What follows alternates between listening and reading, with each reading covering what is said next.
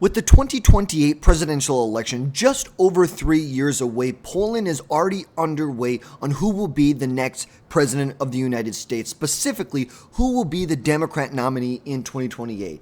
In the most recent poll from Emerson, we can clearly see that Pete Buttigieg in this poll is leading against all other Democrat contenders with 16% of the vote in this poll.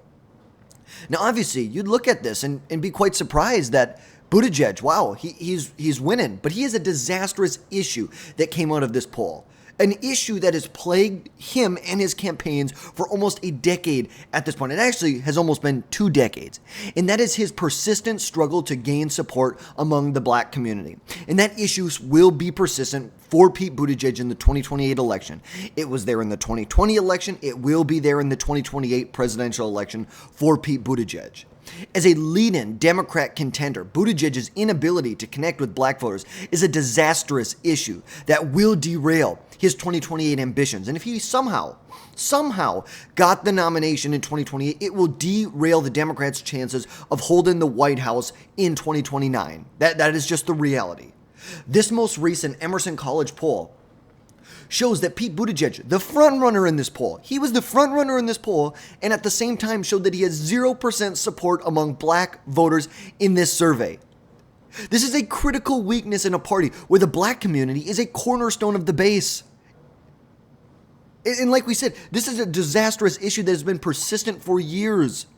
Buttigieg was polling around 2-3% with African Americans in 2020. But we're going to jump into exactly what it means for the 2028 presidential election. So like we said, a June 2025 Emerson poll showed Buttigieg 0% support among the African American primary voters for the Democrats, while Kamala Harris in this same poll received 30% support from the African Americans. And this is not new. In the 2020 primaries, Buttigieg polled roughly, like we said, about 2-3% among black Democrat voters nationally, trailing far behind people like Biden, Kamala Harris, Bernie Sanders. And now, black voters make up roughly 60% of the Democrat electorate in key states like South Carolina, in places like North Carolina, like Georgia, places, the Deep South. We know that's the reality here. We know that you're looking at these southern states, even though some of these, they are won by Republicans in the general election.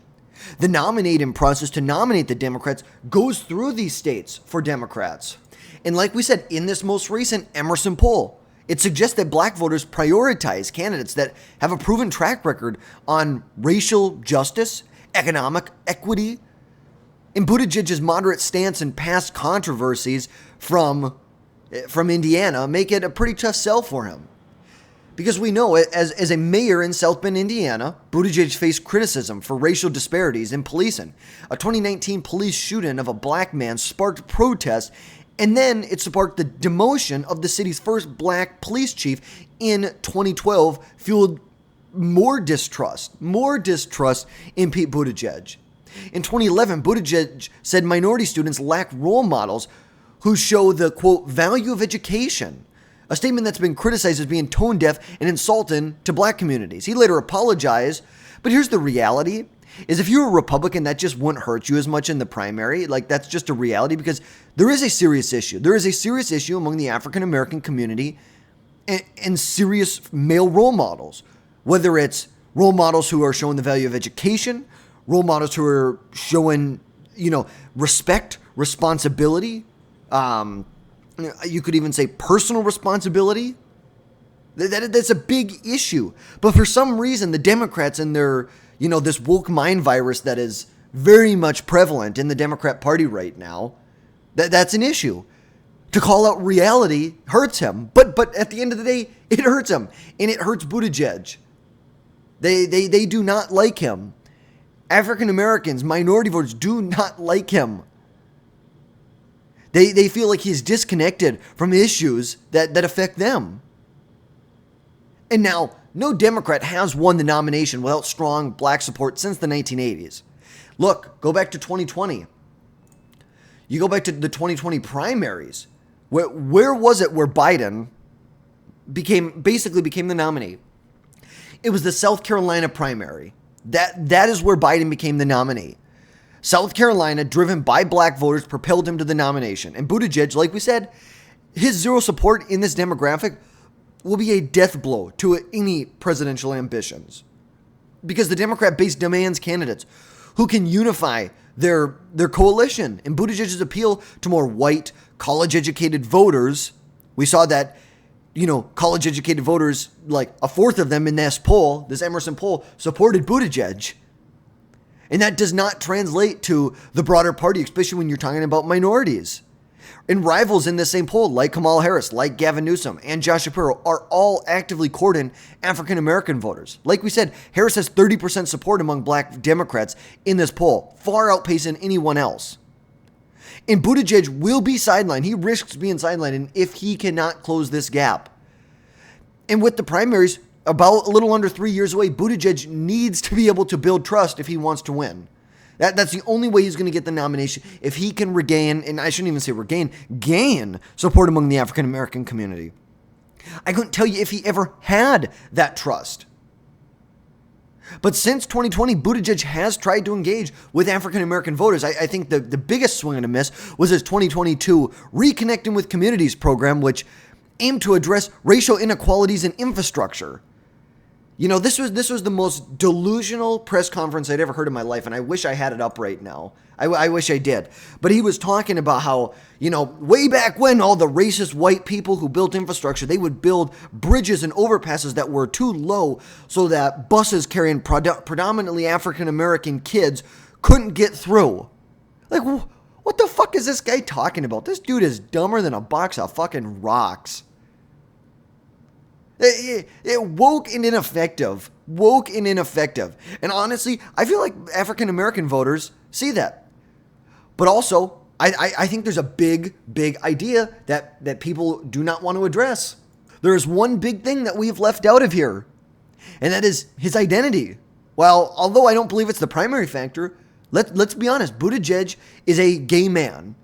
And that poses challenges for much more socially conservative black voters, especially in the South.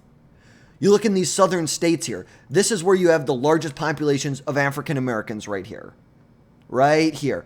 Basically from Virginia, it swings all the way down, Florida, into Texas, kind of comes up into Arkansas, a little bit into Tennessee, North Carolina, South Carolina, Georgia, Alabama, Mississippi, all of these states down here. And although they predominantly support Democrats, they are very much socially conservative.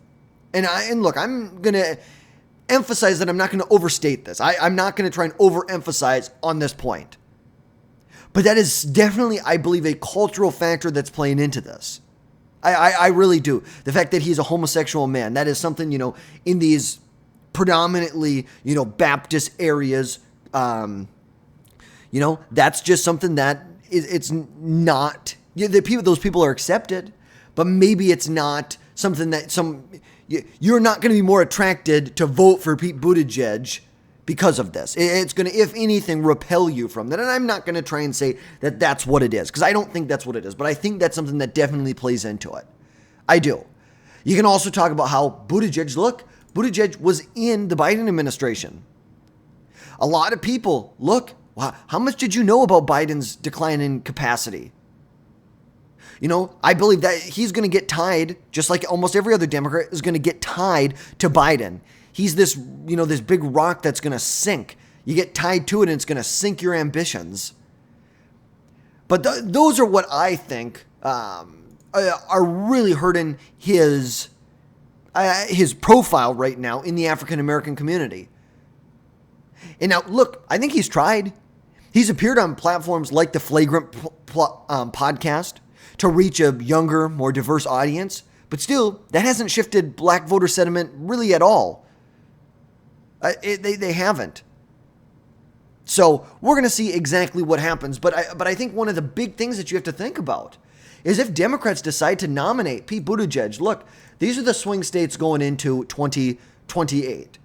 I believe Republicans will have, it's just a structural advantage in these two states here, Nevada and Arizona. But let's say they don't. And you can see right here, where African Americans are predominantly right in here, right in the South. You're looking at Texas, Louisiana, Mississippi, Alabama, Georgia, Florida, South Carolina, and North Carolina. Okay, what happens? And you can see right here, in Georgia, Georgia has 3.3 million African Americans. Okay, what happens if Buttigieg is the nominee in 2028 and blacks in turnout among the African American community even gets suppressed 5%? It drops 5, maybe 10%.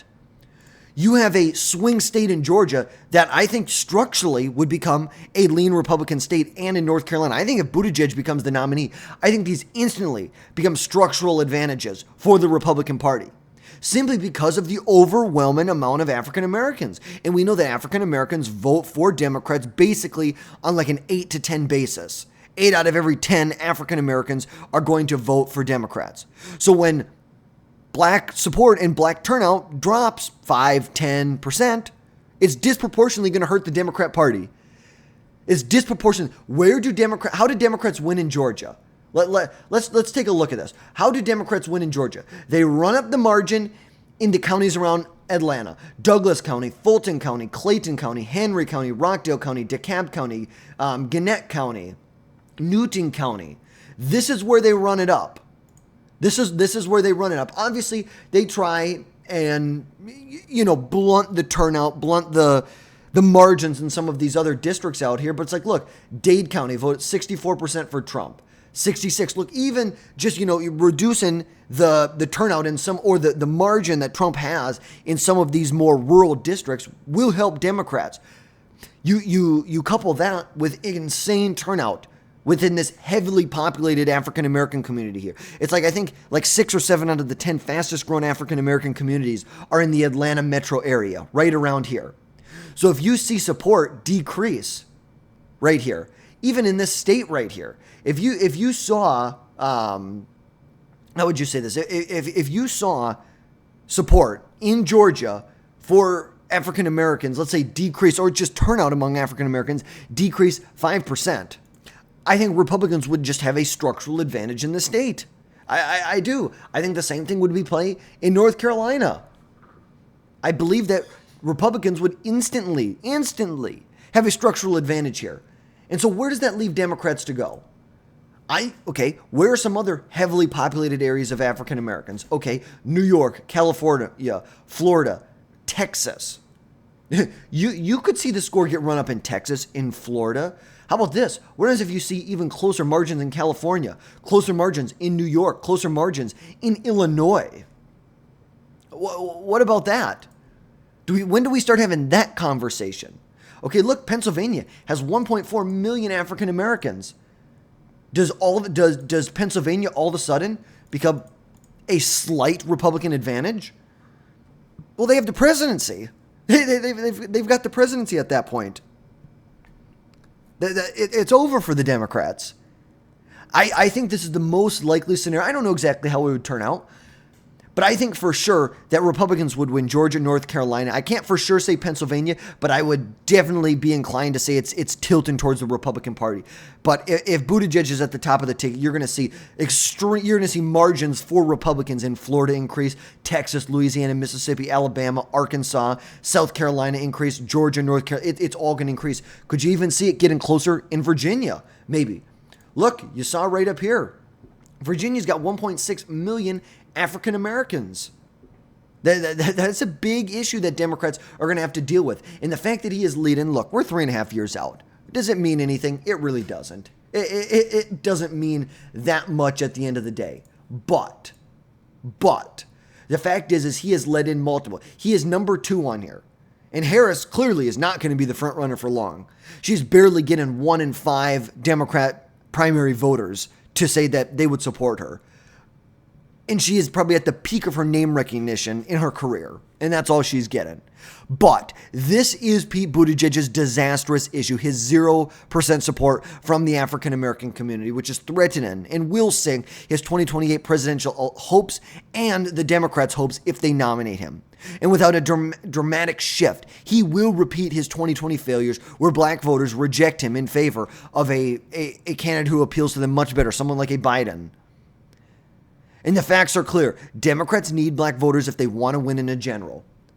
If you want to see a Republican landslide in 2028, nominate Pete Buttigieg. Where are other big populations of African Americans? Like we said, New York, could that get closer? Could it get closer in Minnesota? Could it get even closer in someplace like New Mexico? Where else could it get closer? But this is just on the presidential side. Wait till you start talking about the House map. Now, this is the 2026 House map right here, but still, wait until you start to have that conversation. What will happen in some of these, let's say, these blue districts here? What happens at that point?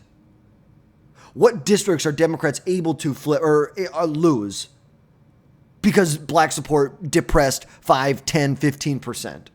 But let me know your thoughts. What do you think Buttigieg should do? Do you think he should run in 28? Do you think he should not? Drop your thoughts down below in the comments. And as always, hit that like button, smash that subscribe button, and make sure you never miss another video from us again in the future. And folks, we will catch you next time.